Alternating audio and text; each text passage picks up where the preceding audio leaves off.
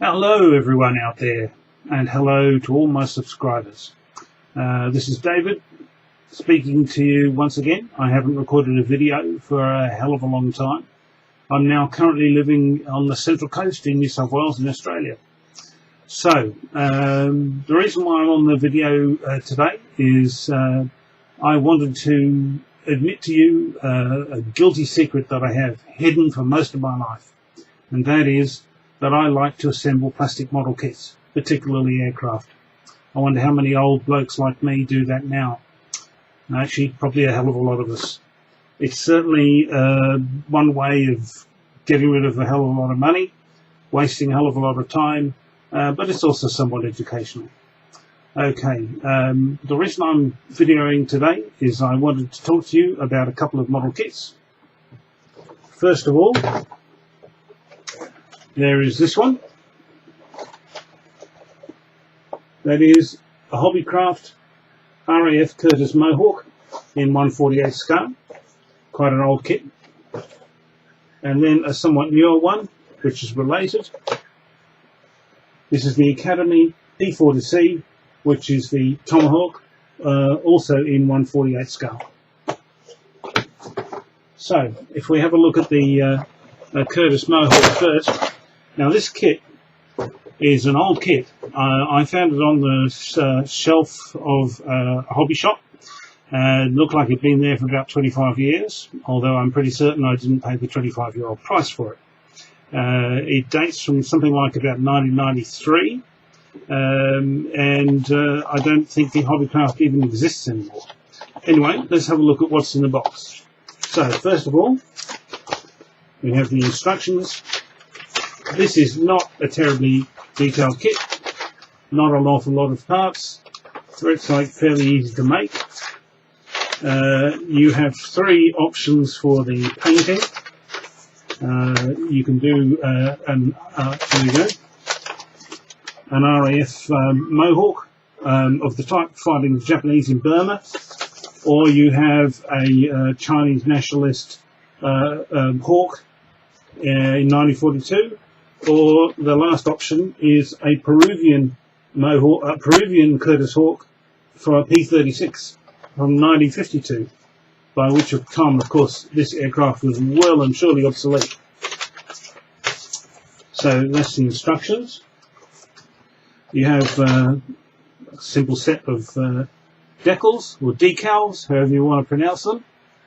You obviously see the Peruvian is the red, the nationalist is those blue stars, and then the blue circles are the RAF roundels. So, we have the bottom of the wing and some suspension parts here. And then we have the tops of the wings, propeller, and a few other bits of suspension and a couple of cockpit parts. Okay, including the all the controls inside the cockpit. And then the third bit is the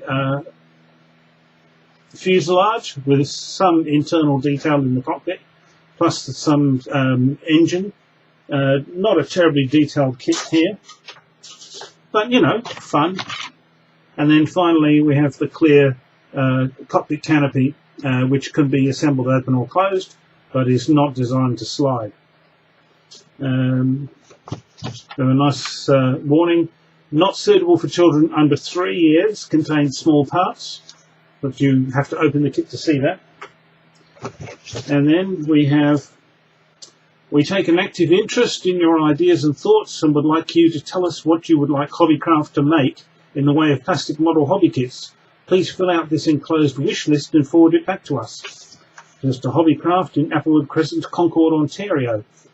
Bet you they're not there anymore. And you can also send for a catalogue in either French or English, also to Ontario, but once again, probably pointless sending that off. So, that's the kit. There's not an awful lot of detail on the fuselage and wings. They're fairly plain. Not a lot of engine detail, not a lot of interior detail, but there's certainly some. And this is a kit that probably could be assembled by any child. But I don't think it would tax a reasonably skilled 12-year-old very much at all.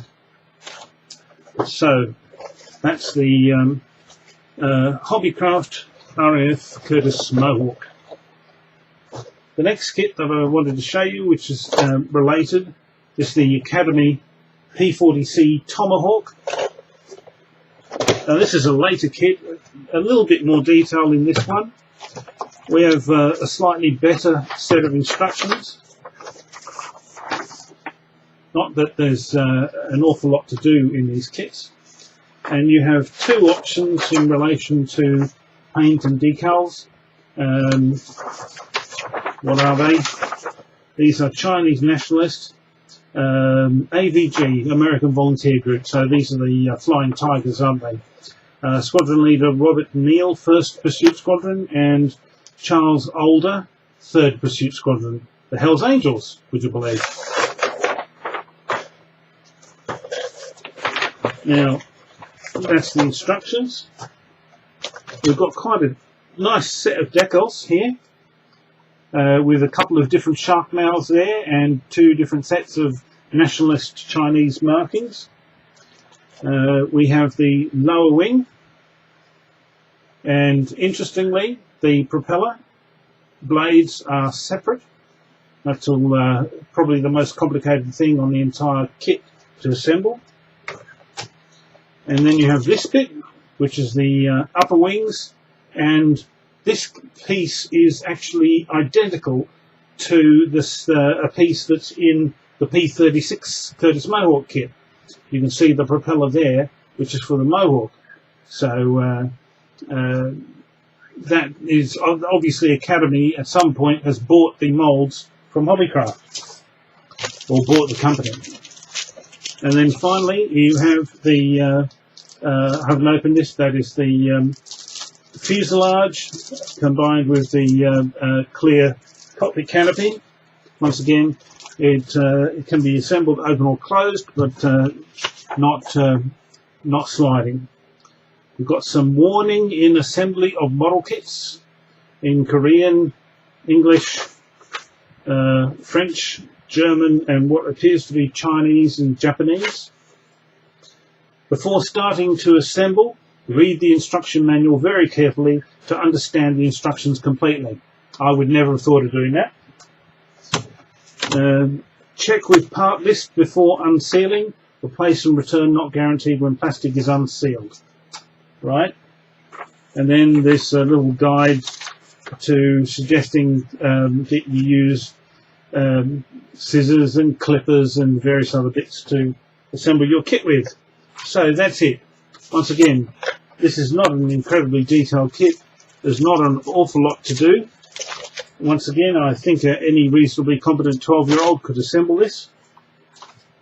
Not an awful lot of detail on the wings and fuselage, but there's certainly enough to keep you busy and keep you interested, and it was certainly looks like it's going to make up into a nice aircraft when it's done. And not about the same price as a 172nd, but at 148 it's quite a bit bigger. So a little bit more interesting to do.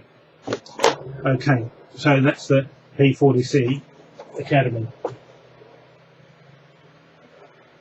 Somebody's making a hell of a lot of racket outside, I don't know what. Okay, well, here on the Central Coast, the weather is warm, 27 degrees outside, but the humidity is high, which makes it really uncomfortable. And we've got, apparently on Friday, we've got 35 plus degrees coming up. And as you're probably aware, in Australia at the moment, we've had quite a lot of trouble with bushfires. Luckily, they've not come closer than 2 or 3 kilometres away from here, so I haven't actually been threatened. But we have had quite a bit of ash and dust blown around and landing in our gardens and on the cars. But luckily, touch wood, I haven't been affected by the bushfires, so, and I hope not to be. Okay, lovely to speak to you all. I will try and make more frequent videos, and I'll see you later. Thank you for watching.